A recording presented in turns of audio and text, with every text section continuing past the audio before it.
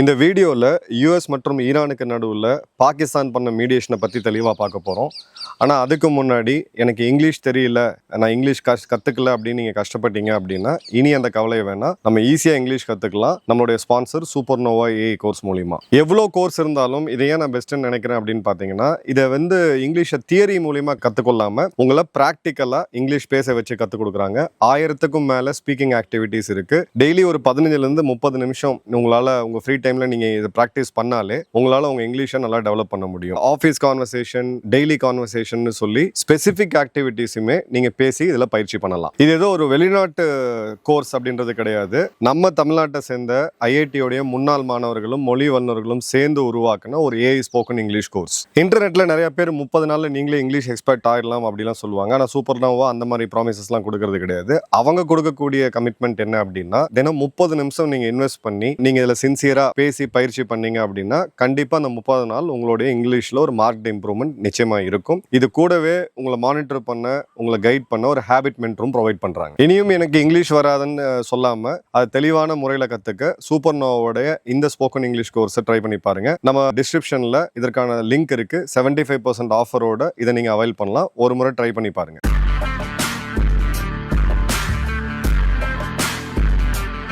வணக்கம், ஜெய்ஹிந்த். இன்னைக்கு நம்ம சேனலில் வளைகுடா நாடுகளில் இருக்கக்கூடிய ஒரு மிக முக்கியமான அப்டேட்டை பார்க்க போகிறோம்.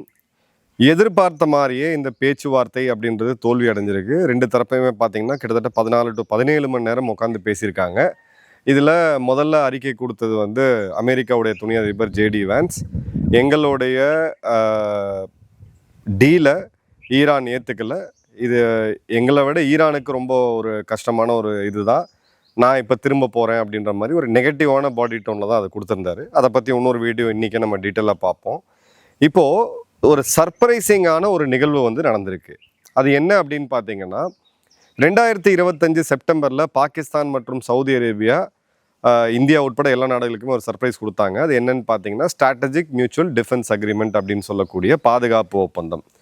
இந்த ஒப்பந்தப்படி 2 நாடுகளில் ஏதாவது ஒன்றை தாக்குனா அந்த 2 நாடுகளும் சேர்ந்து போரிடும் அப்படின்றத அடிப்படை அண்டர்ஸ்டாண்டிங். இதுக்கு இந்த இடத்துல இந்த போர் துவங்கி 40 நாள் நடந்து முடிஞ்சு இப்போ இந்த அமைதி பேச்சுவார்த்தை இதெல்லாம் நடந்துட்டு இருக்கும்போது இதில் மிக மிக அதிகமாக தாக்கப்பட்ட நாடு அப்படின்னு பார்த்தீங்கன்னா யுஏஇ, 2வது இஸ்ரேல், 3வது கத்தார், 4வது சவுதி. அப்போது சவுதிக்கு பாகிஸ்தான் இராணுவத்தை அனுப்புவாங்களா அப்படின்ற ஒரு மிகப்பெரிய கேள்வி எழுந்துச்சு. அதை அனுப்புறதுக்கான அழுத்தம் வந்தபோது தேவையில்லாமல் ஆப்கானிஸ்தான் மேலே ஒரு யுத்தத்தை துவங்கி ஒரு ஏர் டிஃபென்ஸே இல்லாத, விமானப்படை இல்லாத நாட்டுக்குள்ளே போய் காபூலில் இருக்கக்கூடிய ஒரு மனநல நோயாளிகள் மருத்துவமனையில் குண்டை போட்டு அதில் 400க்கும் அதிகமான பேர் கொல்லப்பட்ட ஒரு துரதிருஷ்டவசமான சம்பவத்தை பார்த்தோம். அதன் பிறகு சவுதி இவங்களை நெருக்க ஆரம்பித்தாங்க. இப்போ அதோடைய அவுட்கம் அப்படின்றது வந்திருக்கு. முதல் முறையாக பாகிஸ்தானுடைய 13,000 துருப்புகள் மற்றும் கிட்டத்தட்ட 20க்கும் அதிகமான போர் விமானங்கள் இப்போது சவுதியில் அஃபிஷியலாக இறங்கியிருக்காங்க. இதுக்கான கன்ஃபர்மேஷனை சவுதி அரசாங்கமே கொடுத்துருக்காங்க. கிங் அப்துல் அசீஸ் ஏர்பேஸ் அப்படின்னு சொல்லக்கூடிய மிக முக்கியமான விமானத்தளம், இந்த இடத்துல பாகிஸ்தானுடைய ட்ரூப்ஸ் இப்போது டிப்ளாய் ஆகியிருக்கு அப்படின்றத பார்க்குறோம். இந்த ட்ரூப்ஸை இவங்க டிப்ளாய் பண்ணும் பொழுது இந்த பேச்சுவார்த்தை அப்படின்றது தோல்வி வருது. ஸோ ரெண்டுத்தையும் கோரிலேட் பண்ணி பார்த்தீங்கன்னா அதில் உள்ளே இருக்கக்கூடிய கேம் என்னன்றது புரியும். நேற்றே நான் உங்களுக்கு சொல்லியிருந்தேன், அசீம் முனீர் ஈரானுடைய சபாநாயகர் முகமது அவளை வரவேற்க போகும்பொழுது, அது ஈரான்லேருந்து வந்த 71 பேரை வரவேற்க போகும்போது அவன் ஒரு மிலிட்ரியில் காம்பேட் யூனிஃபார்ம், போரில் அணியக்கூடிய சீருடைய அணிஞ்சிட்டு போனதும் அமெரிக்காவுடைய ஜேடி வான்ஸ் வரும்பொழுது உடனடியாக ட்ரெஸ்ஸை மாற்றிக்கிட்டு கோட் சூட்டில் போனதுக்கும் ஒரு ஸ்ட்ராட்டஜிக் மெசேஜிங் இருக்குதுன்னு நம்ம பார்த்தோம். இப்போ அது சொன்னபடியே இது ரியலைஸ் ஆகிருக்கு. இந்த அக்ரிமெண்ட் படி பார்த்தீங்க அப்படின்னா 13,000 துருப்புகள், கிட்டத்தட்ட 18க்கும் அதிகமான போர் விமானங்கள், கிங் அப்துல் அசீஸ் ஏர்பேஸ் சவுதியோடைய கிழக்கு ப்ராவின்ஸு அங்கே இறங்கியிருக்கிறாங்க அப்படின்றத பார்க்குறோம். இது நடந்தது 11 ஏப்ரல். எந்த நாள் அன்னைக்கு இவங்க அந்த பேச்சுவார்த்தை ஆரம்பிக்கிறாங்களோ அதே நாள் அன்னைக்கு பாகிஸ்தான் துருப்புகள் அங்கே இறங்கியிருக்கிறாங்க அப்படின்றத பார்க்குறோம். இப்போது இவ்வளோ நாள் அழுத்தத்தை தாங்கிட்டு சவுதிகிட்ட வாங்கின காசை ஏமாற்றி அவங்களுக்கு பாதுகாப்பாக, அதாவது அவங்களுடைய பாதுகாப்பு படைகளை அனுப்பாமல் இப்போ ஏன் சடனாக அப்படின்னு நீங்கள் எடுத்தீங்கன்னா இதில் 2 முக்கியமான ரீசன் இருக்குது. First trigger. இப்போது லேட்டஸ்ட்டாக ஈரான் தாக்கின ஒரு மிக முக்கியமான டார்கெட் சவுதியில் அப்படின்னு பார்த்தீங்கன்னா ஜுபைல். இந்த ஜுபைலில் தான் சவுதியோடைய ஒரு மிகப்பெரிய பெட்ரோகெமிக்கல் இண்டஸ்ட்ரி அப்படின்றது இருக்குது. ஒரு பெரிய காம்ப்ளெக்ஸ் இருக்குது. இதில் தாக்குதல் நடத்தியதில் ஒரு சவுதியோடைய ஷேக் ஒருத்தர் கொல்லப்படுறாரு, சில பாகிஸ்தானியர்களும் அதில் கொல்லப்படுறாங்க. ஸோ இந்த இடம் தான் சவுதியை இந்த யுத்தத்துக்குள்ளே நேரடியாக கொண்டு வரதுக்கான ட்ரிகர். இப்போ நேரடியாக போகணும் அப்படின்னா சவுதி மக்கள் உங்களுக்கு எல்லாருக்குமே தெரியும், செல்வ செழிப்பில் வாழக்கூடியவங்க. போர் அப்படின்றது பார்த்தீங்கன்னா அவங்க அதிகமாக விமானப்படையை கடந்த காலங்களில் எமேனில் யூஸ் பண்ணியிருக்கிறாங்க இவங்களுக்கு ஈரானுக்கு எதிராக. பட் இப்போ இந்த இடத்துல நிறையா கேஷுவலிட்டிஸ் எடுக்க வேண்டியது இருக்கும். அப்போ தங்க நாட்டு மக்களை விட சீப்பாக கிடைக்கக்கூடிய பாகிஸ்தான் ஒரு $500,000 தூக்கி போட்டால் இவங்க வந்துருவாங்க. ஸோ இப்போ தான் அந்த ட்ரிகர் தான் இவங்களை அடிப்படையாக கொண்டு வந்திருக்கு. ரெண்டாவது, தெளிவாக ஈரானை ட்ராப் பண்ணுறாங்க அப்படின்றது தெரியுது. இந்த தேதி ரொம்ப நாளாகவே போயிட்டு இருந்துச்சு. பாகிஸ்தான் மத்தியஸ்தம் பண்ணுற இஸ்லாமாபாத் டாக்ஸ்ன்னு சொல்லி அதில் மிகப்பெரிய ஒரு அட்வர்டைஸ்மெண்ட்டை கொடுத்து ஒரு பெரிய பகட்டோடு இவங்க எல்லாம் பண்ணிகிட்டு இருந்தாங்க. இது ஒரு ஃபஸ்ட்டு பாயிண்ட்டு. இப்போ இந்த இடத்துல அமெரிக்காவும் பாகிஸ்தானும் கூட்டாளி நாடுகள். பாகிஸ்தான் அமெரிக்காக்காக காசை வாங்கிட்டு எதை வேணாலும் செய்வாங்க அப்படின்றது ஒரு பக்கம் இருந்தாலும், ஈரானுக்கு இஸ்லாமிய நட்பு நாடு அப்படின்ற பேரில் அவங்கள அரவணைக்கிறது, பட் முதுகில் குத்துறது அப்படின்ற ஒரு ஸ்டாண்ட் அவங்க எப்பயுமே எடுப்பாங்க. கடந்த காலகட்டங்களையும் எடுத்திருக்காங்க. உதாரணத்துக்கு சிந்தூருக்கு பிறகு அவங்க பண்ண ஒரு மிலிட்ரி பிரீஃபிங்கில் எனிமி அப்படின்னு போட்டு ஒரு ப்ரெசன்டேஷன் போட்டு இந்தியாவை காமிச்சிருந்தாங்க. இந்த முட்டாள்கள் கொண்டையை மறைக்க மறந்துட்டு அதில் ஈரானும் இருந்ததை இது பண்ண முடியல. அன்றைக்கே சமூக வலைதளங்களில் அது வைரல் ஆச்சு. இப்போது ஈரானை உள்ளே கொண்டு பேச்சுவார்த்தைன்னு சொல்லி இந்த இடத்துல ஒரு டைமை பை பண்ணி இதை டிலே பண்ணி அமெரிக்கா மற்றும் இஸ்ரேல் துருப்புகள் மீண்டும் அதுக்கு ரெடியான பிறகு சவுதி சைட்லேருந்து இனிமே தாக்க முடியாத அளவுக்கு ஒரு இராணுவ வலிமையை பாகிஸ்தான் இப்போ கொடுக்குறாங்க அப்படின்றத பார்க்குறோம். கிட்டத்தட்ட $7 பில்லியன் அதிகமான கடன் இப்போ சவுதி அரேபியாவுக்கு இவங்க திரும்ப கொடுக்க வேண்டியது இருக்குது. இதில் 3 பில்லியன் அப்படின்றது கிட்டத்தட்ட பாகிஸ்தான் மதிப்புப்படி 60,000 கோடி சவுதியோட பணம் அவங்களுடைய ரிசர்வ் பேங்க், பாகிஸ்தானுடைய ஃபெடரல் பேங்க்கில் இருக்குது, சென்ட்ரல் பேங்க்குன்னு சொல்லுவாங்க. அதன் பிறகு பார்த்தீங்கன்னா இன்னொரு $3 பில்லியன், கிட்டத்தட்ட 60,000 கோடிக்கும் அதிகமான பணத்தை, கொடுக்க வேண்டிய பணத்தை அதுக்கு டைம் கொடுத்து இப்போ ஒதுக்கியிருக்காங்க. ஸோ இந்த இடத்துல தான் மீடியேஷன் சர்வீஸு, அதாவது புரோக்கர் வேலை பார்த்துருக்காங்க அப்படின்றத ஜெய்சங்கர் அவர்கள் ரொம்ப தெளிவாகவே சொன்னார். கிளியர் கட்டாக இதில் வந்திருக்குது. இப்போ இந்த அக்ரிமெண்ட்டோடைய டீட்டெயிலை நம்ம படித்தோம் அப்படின்ன போது இது அல்-அமாம் பேலஸில் ரியாதில் முகமது பின் சல்மான் அவர்களுக்கும் ஷபாஸ் ஷெரீஃபுக்கும் நடுவில் இது அந்த அக்ரிமெண்ட்டை சைன் பண்ணி போட்டாங்க. இதில் பார்த்தீங்க அப்படின்னா இதோடைய சாராம்சம் என்ன அப்படின்னு நம்ம டீட்டெயிலாக பார்த்தோம்னா, நாட்டோவுடைய ஆர்டிக்கல் 5 அப்படின்ற ஷரத்து அதை அப்படியே எடுத்து இங்கே காப்பி பேஸ்ட் பண்ணியிருக்காங்க. ஸோ ஆர்டிக்கல் 5 சிம்பிளாக சொல்லணும் அப்படின்னா, 2 நாடுகளில் இப்போ நாட்டோட ஆர்டிக்கல் 5 என்ன சொல்லுது, நாட்டோடைய உறுப்பினர் நாடு எதை தாக்குனாலும் அது எல்லா நாட்டையும் தாக்குனதுக்கு சமம். அப்போ எல்லா நாட்டு இராணுவமும் சேர்ந்து அந்த எதிரி நாட்டை வீழ்த்தும் அப்படின்றதா. அதே தான் இங்கேயுமே. ஸோ கிளியர் கட்டாக அதை அப்படியே அவங்க காப்பி பேஸ்ட் பண்ணியிருக்கிறாங்க அப்படின்றத பார்க்குறோம். இதில் பாகிஸ்தான்கிட்ட இருக்கக்கூடிய ஒரு மிகப்பெரிய வலிமை என்ன, அவங்களுடைய அணு ஆயுதங்கள். அப்போ இந்த அணு ஆயுதத்தையும் சவுதிக்காக பாகிஸ்தான் பயன்படுத்துமா அப்படின்ற $1 பில்லியன் கொஸ்டின் இருந்துச்சு. பயன்படுத்தலாம் அப்படின்ற மாதிரியான ஒரு சிக்னலில் இவங்களுடைய பாதுகாப்புத்துறை அமைச்சராக இருக்கக்கூடிய அந்த முகமது ஆசிஃப்ன்றவங்க கொடுத்துருந்தான். அதன் பிறகு பார்த்தீங்க அப்படின்னா உடனடியாக இது பெரிய லெவலில் சர்ச்சை ஆகும்போது இஸ்ரேல் இதை ஒரு பெரிய பிரச்சனையாக முன்னெடுத்தது.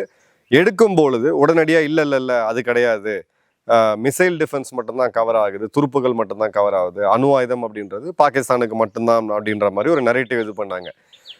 இதை அணு ஆயுதத்தை நாங்கள் சவுதிக்கு பயன்படுத்துவோம்னு சொல்லும் பொழுது சொன்னது டிஃபென்ஸ் மினிஸ்டரு. ஆனால் அதை மறுத்தது எல்லாமே பார்த்தீங்கன்னா இவங்களுடைய ஊடகங்கள், கீழ் லெவலில் இருக்கக்கூடிய ஆஃபீஸர்ஸ் தான். இப்போ இந்த இடத்துல புல்லட்டின் ஆஃப் அட்டாமிக் சயின்டிஸ்ட் அனாலிசிஸ்ன்னு சொல்லக்கூடிய ஒரு மிக முக்கியமான அமைப்பு, உலகத்தோடைய பெரிய அணுசக்தி விஞ்ஞானிகளுடைய கூட்டமைப்பு இது.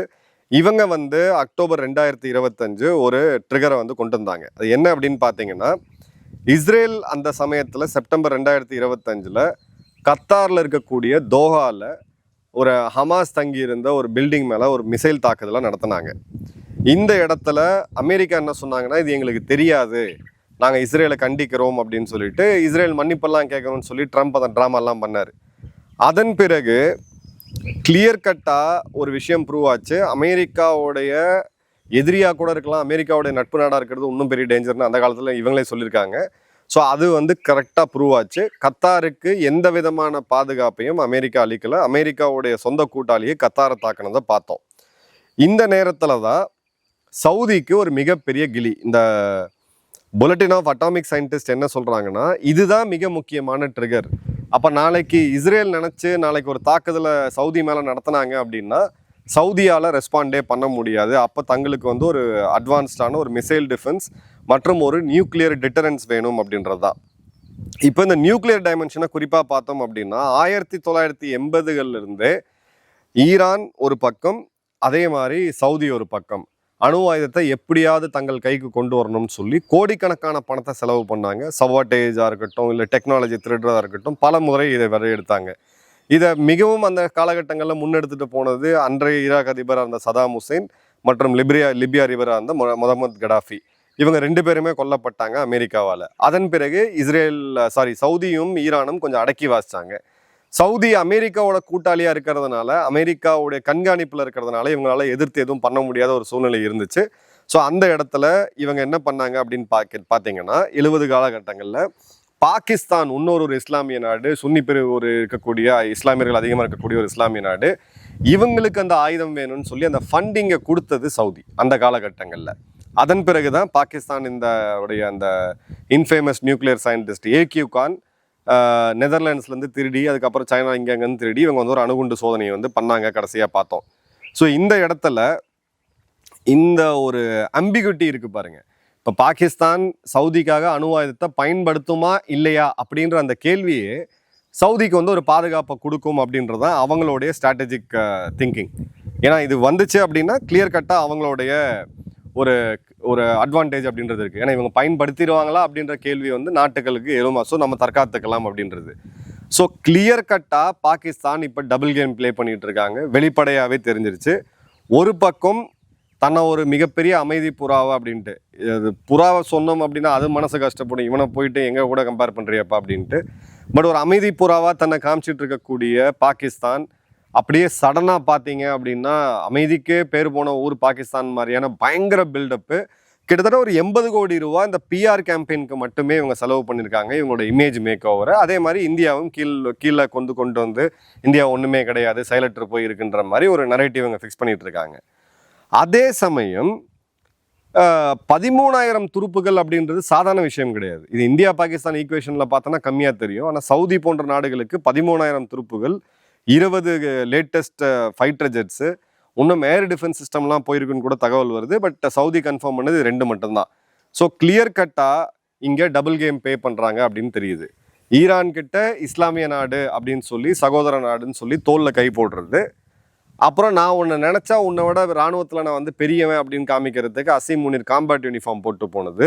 இந்த பேச்சுவார்த்தை துவங்கிறதுக்கு ஒரு நாளைக்கு முன்னாடி இஸ்ரேலை வந்து ஒரு கேன்சரியஸ் ஸ்டேட்டுன்னு சொல்லி கமெண்ட் கொடுத்து அதன் பிறகு அதை டெலீட் பண்ணது. அமெரிக்காவுடைய ஜேடி வேன்ஸ் வந்த பிறகு பார்த்தீங்கன்னா நாங்கள் ஒரு பெரிய டிப்ளமேட் அப்படின்னு சொல்லி ஒரே நேரத்தில் இவங்க 3 முகத்தை காமிக்கிறாங்களாமா. இந்த பழைய காலத்தில் ரஜினிகாந்த் படம் வரும் பார்த்தீங்களா, அந்த மாதிரி. பட் இதோடைய அப்பட்டமான டேஞ்சர் வந்து தெரிஞ்சிருச்சு.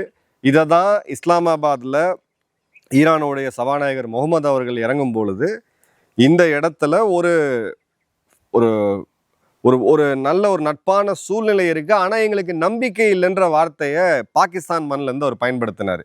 ஸோ இந்த நாடு ஒரு டேஞ்சரஸான ஒரு கேமை வந்து இப்போ கையில் எடுக்கிறாங்க அப்படின்றத பார்க்குறோம். குறிப்பாக மைக்கேல் கூகுள்மேன், அட்லாண்டிக் கவுன்சிலோட ஒரு மிக முக்கியமான ரிசர்ச்சர், அவர் என்ன சொல்கிறாருன்னா bit of a risky gambit அப்படின்னு சொல்லி சொல்கிறாரு. ஸோ இந்த இடத்துல இவங்க சொல்ல வர விஷயம் என்ன, ஈரானுக்கு இவங்க வந்து என்ன பண்ணியிருக்காங்க அப்படின்னு பார்த்தீங்கன்னா, பேச்சுவார்த்தை நடத்தி அமெரிக்காவுடைய கண்டிஷன்ஸ்க்கு நீ வழிக்கு வந்துரு, நீ வரல அப்படின்னா உன்னை எதிர்த்து சண்டை போடுறதுக்கு என்னுடைய இராணுவத்தை நான் சவுதியில் வந்து வைப்பேன் அப்படின்ட்டு. இப்போ இன்னொரு செய்தி வந்து என்ன வருதுன்னு பார்த்தீங்கன்னா, கத்தாரும் இன்னும் குறிப்பிட்ட சில நாட்களுக்குள்ள இதே மாதிரியான ஒரு பாதுகாப்பு ஒப்பந்தத்தை பாகிஸ்தான் கூட போட போகிறாங்க அப்படின்ட்டு. ஸோ சவுதி, கத்தார், பாகிஸ்தான், துருக்கி, இந்த 4 நாடுகளுடைய அந்த கூட்டமைப்பை நீங்கள் கவனிச்சிங்க அப்படின்னா இது எல்லாமே இஸ்லாமிய சமூகத்தில் இருக்கக்கூடிய சுன்னி பிரிவு இஸ்லாமியர்களோட ஒரு கூட்டணி. இதுக்கு நேர் எதிராக இருக்கிறது அப்படின்றது ஈரான் ஷியா பிரிவு இஸ்லாமியர்கள். ஸோ அந்த டிவைடை இவங்க வந்து கொண்டு வராங்க. இந்த இடத்துல தன்னுடைய அதாவது ஒரு நாட்டுக்காக இராணுவம் இருக்கும் உலகம் முழுக்க. ஒரு இராணுவத்துக்காக நாடு இருக்கக்கூடிய ஒரே நாடு பாகிஸ்தான் தான். ஸோ அதை பயன்படுத்தி ஒரு ஜியோ பொலிட்டிக்கல் அட்வான்டேஜ், ஒரு ஸ்ட்ராட்டஜிக் அட்வான்டேஜ் இவங்க எடுக்கணும்னு பார்க்குறாங்க. இந்த முட்டாள்களுக்கு புரியாத விஷயம் என்ன அப்படின்னு பார்த்தீங்கன்னா, இது எல்லாமே டாக்டிக்கலாக அந்தந்த சமயத்தில் ஹெட்லைன் மேனேஜ் பண்ணுறதுக்கு ஒரு நல்ல ஒரு ஸ்ட்ராட்டஜியாக தெரியும். டாக்டிக்கல் வின்ஸ்ன்னு சொல்லுவாங்க. ஆனால் அமெரிக்கா இவங்களுடைய படைகளை உள்ளே கொண்டு வந்துட்டு தங்களுடைய படைகளை பின்வாங்கிட்டு கல்ஃபை வந்து அட் மெர்சி ஆயுதங்கள், ஏன்னா கல்ஃபில் பயன்படுத்தக்கூடிய அநேக ஆயுதங்கள் 90% ஆயுதங்கள் பார்த்தீங்கன்னா அமெரிக்கா தான். அமெரிக்காவுடைய உதவி இல்லாமல் அவங்களால பண்ண முடியாது. கல்ஃப் நாடுகளுக்குன்னு சொல்லி தனியான இன்டெலிஜென்ஸும் பெரிய அளவு இல்லை. இவங்க எல்லாமே அமெரிக்காவை பென்டகனை நம்பி தான் இருக்கிறாங்க. அப்போ அடியால் வேலை பார்க்கறதுக்கு பாகிஸ்தான் இவங்களுக்குள்ள சண்டை போட்டு விடுறது தான் இப்போ இருக்கக்கூடிய ஒரு மெயின் இது. ஆப்கானிஸ்தான்லேருந்து அமெரிக்கா விட்ரா பண்ணி போகும்போது கிட்டத்தட்ட $8 பில்லியன் அளவுக்கான ஆயுதங்களை விட்டு போனாங்க. இவங்க வந்து முட்டாள்கள் சொன்னாங்க. அன்னைக்கு நான் ஒரு அனாலிசிஸ் சொல்லியிருந்தேன். இதை இவங்களுக்குள்ள அடிச்சுக்கிட்டு சாகிறதுக்கு ஒரு ஒரு கேஷேவாக இவங்க கொடுத்துட்டு போனாங்கன்ட்டு அதுதான் இப்போ நடந்துக்கிட்டு இருக்கு. பலுச்சிஸ்தான், கைபர் பக்துன்குவா, கில்கெட் பால்டிஸ்தான், சிலது ஸ்பில் ஓவர் ஆகி பார்த்தீங்கன்னா மணிப்பூரில் வருது, சிலது ஸ்பில் ஓவர் ஆகி பார்த்தீங்கன்னா மியான்மாரில் இருக்குது, சிலது ஸ்பில் ஓவர் ஆகி பார்த்தீங்கன்னா ஈரானுக்குள்ளேயுமே போயிருக்கு. இந்த இப்போ சண்டை போட்டுட்டு இருக்கக்கூடிய இந்த குரூப் சண்டை போட்டுருக்கக்கூடிய ஆயுதங்கள் அத்தனையும் அமெரிக்கா ஆப்கானிஸ்தானில் விட்டு சென்ற ஆயுதங்கள் தான். ஸோ ஒரு டேஞ்சரஸான கேம்பிட்டை இவங்க எடுத்திருக்காங்க. இது எங்கே போய் முடியுது அப்படின்றத இன்னும் வருங்காலங்களில் நம்ம டீட்டெயிலாக பார்ப்போம். நன்றி, வணக்கம், ஜெய் ஹிந்த்.